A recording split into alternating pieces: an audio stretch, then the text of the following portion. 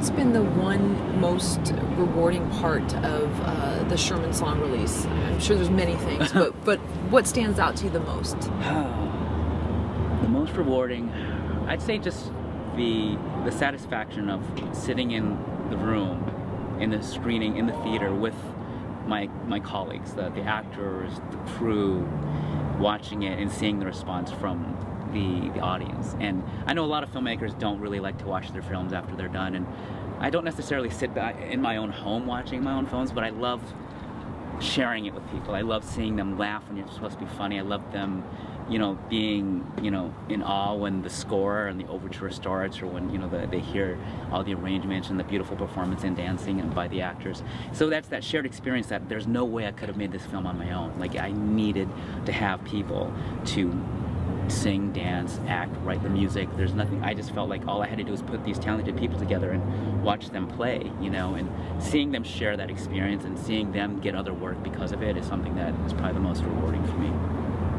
What do you say to filmmakers or even actors that can't watch their work? I mean, for our interactive series, we did about 24 of them, and I would say a third of the filmmakers could not be in the audience. You would find them outside. Yeah. By themselves at a table, right? And I get that it is hard, because what if they don't laugh at the one moment that you intended? What if they laugh in the serious moment? Right. So what do you say to that? Is that just whatever process works for them? Right. I have a shot of Jameson. That always. I burn a hole in the carpet because I do pace if I actually do watch in the back and not have to, if I don't sit. But if I'm sitting, it's something where for me it's a learning experience. It's not just sitting back and just sharing it and just being happy about it, but a lot of times I'm actually studying the people, and I know a lot of filmmakers do this. They watch the audience, you guys, more than the screen, because the film so well. You're just watching.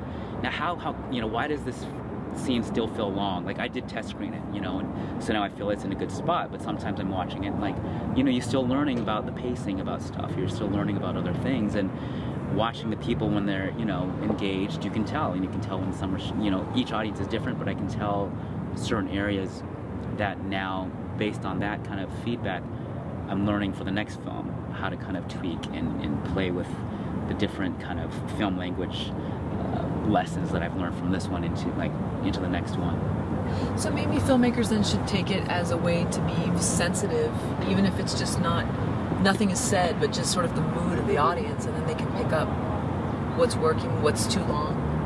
Yeah, I definitely feel that. But it's again, each filmmaker, has a different mindset in terms of, are they making it just for themselves so they don't care what the audience thinks, or are they trying to make it as commercial as they can so it actually will play to the broadest of audiences? Like, I think everyone has their own agenda, and so it's mine that when I go in, I always want to improve myself. Like, I want to be able to, for the next film, take what I've learned, of course, and try to improve upon what I felt were the kind of the weaknesses of what I had done before.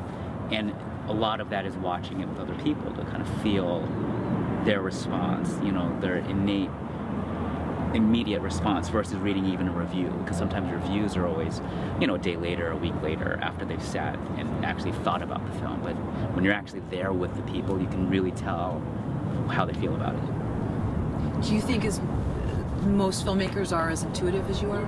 You seem very intuitive. Do you think that if it's not something that's already in them, that they should try to acquire it, if that's possible? No, I mean, again, that's just me. I think other filmmakers, there's some genius filmmakers out there that don't need to do that, because what their instincts are so great that, whatever they put up there is probably kick-ass already.